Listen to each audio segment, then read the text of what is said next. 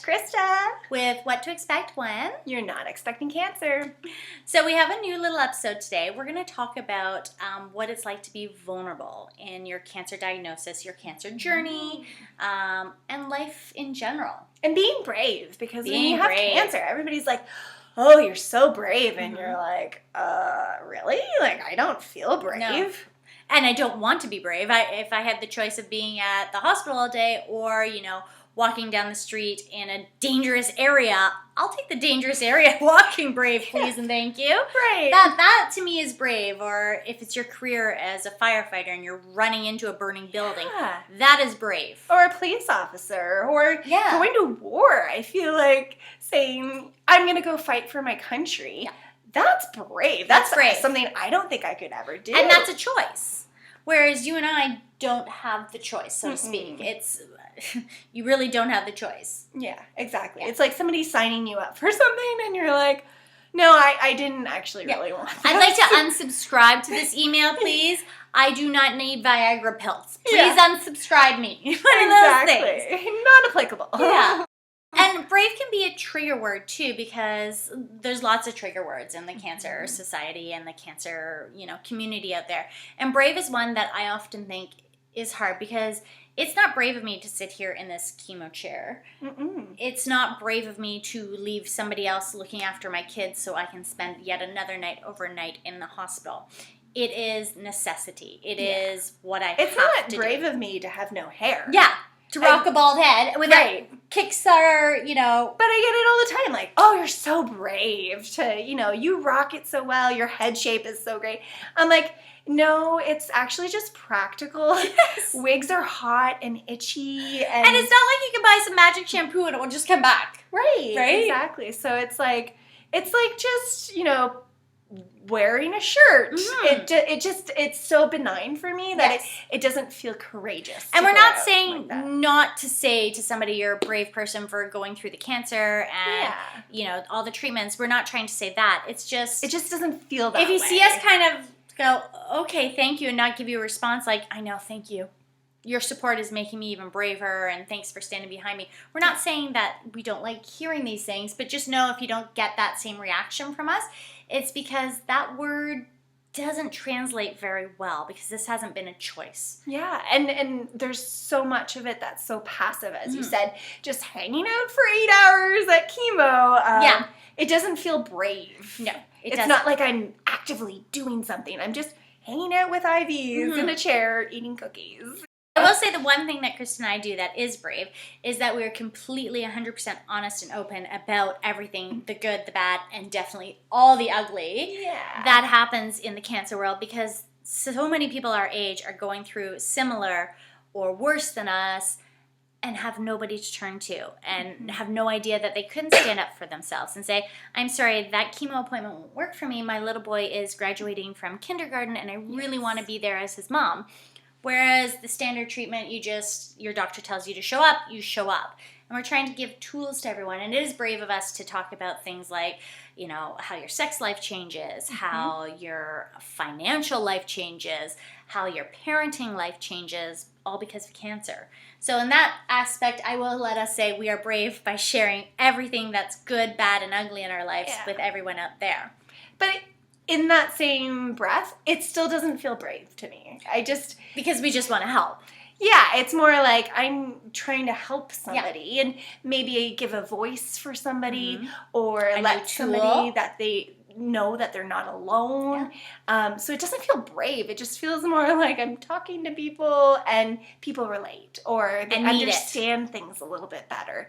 So it's more like teaching, I guess. Yeah, it is. Or educating says the professor. Yeah. Back to your own. Yeah, it's like almost like networking. And we want to help as many people, and we want to share with the resources that have helped Christa and I very much through the ways, and things that haven't helped us. Like I've been to breast cancer groups before, and I was the youngest one in the room and the sickest one in the room, and I brought the whole meeting down and decided after that meeting I would never attend a breast cancer support group. Same gynecological Exactly, cancer. because you were the youngest one there. Yeah, so I started talking about sex. They're like, we've never talked about sex before. I'm like, my life. Are you kidding me? You've never talked about sex. How many years have you been going on? Yeah. like, what are you talking about? Talk about, like, gardening? Yeah, why are we here? Swapping recipes. Yeah. So I didn't go back, needless to say.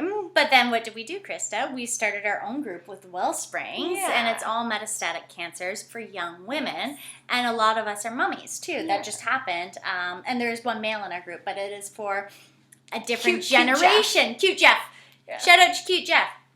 Also, I did want to mention, even though it's not related to vulnerability per se or being brave, but we did lose somebody recently from our support group, and it's just maybe it is related to vulnerability because it reaches to your core and it shocks somebody you. Who seemed the same as us, was same struggles, ups and downs, but nothing major. Not talking about going to hospice, not talking about nothing. And we're talking normal. Yeah, like 2 months ago we saw her, and less than 8 weeks ago, and it was just fine. Same complaints that we were having about, more treatment, getting to and from, kids in camp, and it's definitely weighing heavy on you and I right now, and it's something at the front. And there's a lot of things we don't know about how it happened. And of course, in our seat right now, as we've been talking, there are certain things, and we will do an episode one day on it soon. There's something out there called MAID here in Ontario, which is medical assisted death. Again, we'll touch on that on another episode, but there are options for people in our position when it gets to a certain point, and they're not talked about, and they should be. No, and sure, maybe it does relate to being brave and knowing that that's your time and making your own decision, quality of life decisions, and you're in so much pain. But I'm having trouble because I can't get there, even though it makes me We're not there. Vulnerable. That I feel fine. I'm sure I have lots of side effects, but what if I die in 2 months? And it just out of nowhere rocks you. Yeah. That's the scariness and the reality of what our life is when this is brought back into perspective, when someone who is close to us going through the same battles, not necessarily not the exact same cancer, but young kids, terminal illness, trying to fit it all in, shouldn't be sick. Yeah. Trying all these treatments working, not working, and then boom, that game over. Yeah. I feel like when I die, it'll be like, don't worry guys, I'm still breathing. Don't get me out. Don't get me out. And everybody's like, I can hear you all. It's okay, let go. I'm like, no, I'm still breathing. I still got time. I want to see the new year. I'm okay. Don't. One more sunrise, please. And maybe that's my personality. I don't know. Or because we're young. Or maybe it's just, when you're ready to die, you are. And you've accepted it. I don't know. Because we're not there. Amazing people who can get there and are prepared, and their world is prepared, and they're mentally prepared, and they're just gracefully go. Right. Amazing. Right. No, I'm going to be kicking and screaming the whole time. There is no signing of a DNR here. Crack the chest, baby. Yeah. Yeah, I think also it's important with a cancer diagnosis or just really going through life to have an outlet. Yes. And one of our outlets is this YouTube series. Absolutely. Which started very grassroots, very organically. It's not like we met. Conversation over coffee, basically. Yeah.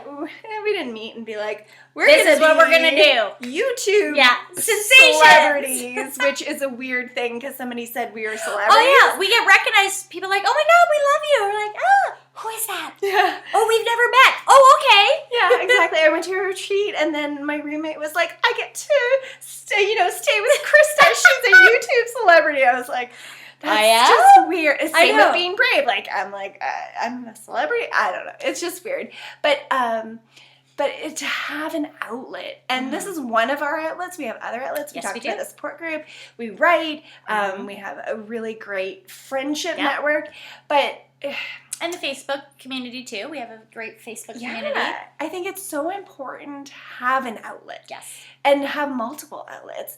And you don't have to air everything on YouTube. No. And there's things that we don't tell you. Yes, maybe that might be a bit too personal. Or that we're still processing and don't know how to say it and put it out to the world yet. Yeah. Exactly. Yeah. And I think there's a difference between airing your dirty laundry or doing things for attention. Yes, we're definitely not looking for attention. No.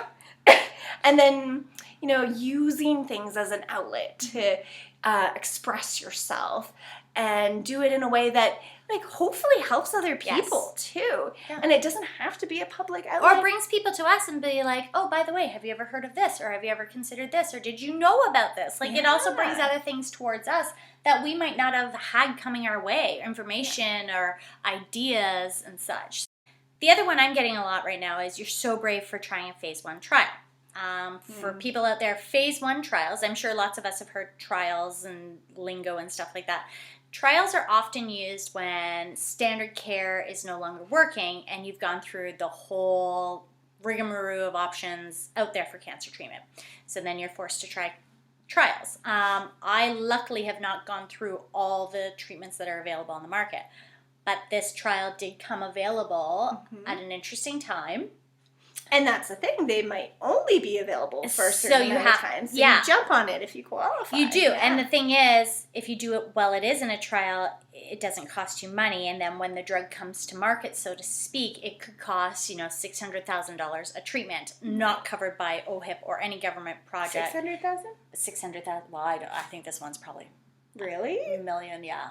Or up there. Again, they don't tell you a lot. And the other thing with the phase 1 trial is... you get the drug or the medicine, because it's not a placebo or a blind. Placebo is a sugar. But you are the first line after the animal testing.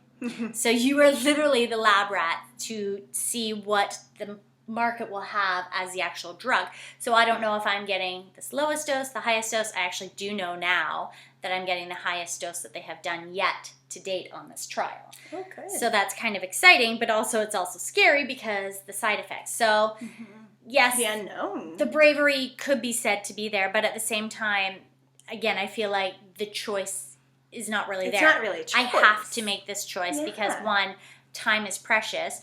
2, if I want this drug to hit market for people who are young with metastatic cancers or stage 4 cancers and such, I need to be the guinea pig. That's just it. So that maybe my kids, your kids, a teenager right now never ends up being 38, 37 years old, diagnosed with stage 4. Yeah. Right? So... And selfishly, you want it to work. Selfishly, I hope it works. And I'm the one, I don't need my name. You don't have to call the drug after me. But I just need my life. Yeah, give me my life. Put me on the research as a co-author. Let me write something. Forget that. Give me part of the drug company proceeds. I will take 0.001 of the proceeds of this drug. Yeah. I will be a bazillionaire. No, I'm just joking. Of course, especially if you're young, you're going to go through treatment. Yeah. And you're so brave, but you're like... It doesn't really feel like it. It's kind of like being forced to go to school when you're a kid. When you're a kid. Oh, and you're so good at getting up in the morning and putting on your clothes and putting on your backpack and going to school. Did I have a choice? I'm 10. I have to. I'm pretty sure my mom and dad said I had to go, so I go. Yeah. And I mean, the consequences in this case is you have to or you will die. Yeah. So and painfully, too. If you don't do treatment, the other thing is treatment is not curative for Christa and I. Maybe one day. Never say never. Yeah.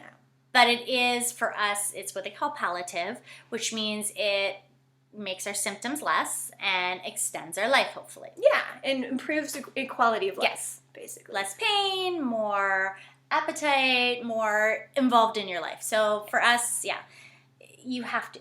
Yeah, there's no choice. There's no choice. It's like saying, do you want to walk, across shards of glass, or would you like to wear my flip-flops across? I'll take the flip-flops. Right, exactly. Might still get me with a piece of glass, but at least I have a little bit of protection. Right, yeah.